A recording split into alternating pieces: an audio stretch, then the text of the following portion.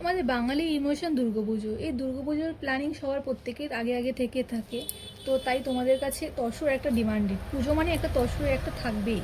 তো তসরের একটা কালেকশন নিয়ে চলে এসেছে। দেখো, এটা যাচ্ছে পুরো তসরের ওপরে যাচ্ছে। পুরো এই বুটিটা থাকবে পুরো শাড়িতে, তোমরা পেয়ে যাবে এই বুটিটা পুরো শাড়িতে পেয়ে যাবে। আর এটা যাবে আঁচলের মধ্যে।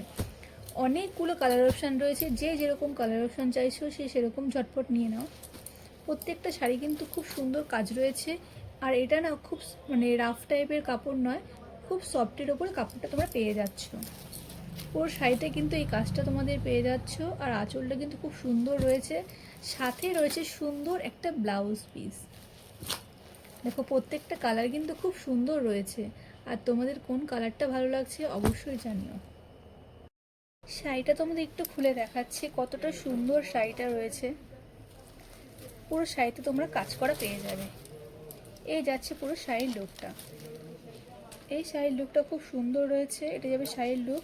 আর এটা রয়েছে পাড়ের লুকটা। দেখো, পাড়ে যাবে এই ডিজাইনটা, পুরো ফিগারের ওপর ডিজাইনটা তোমরা পেয়ে যাবে, পুরো ফিগারের ওপরে।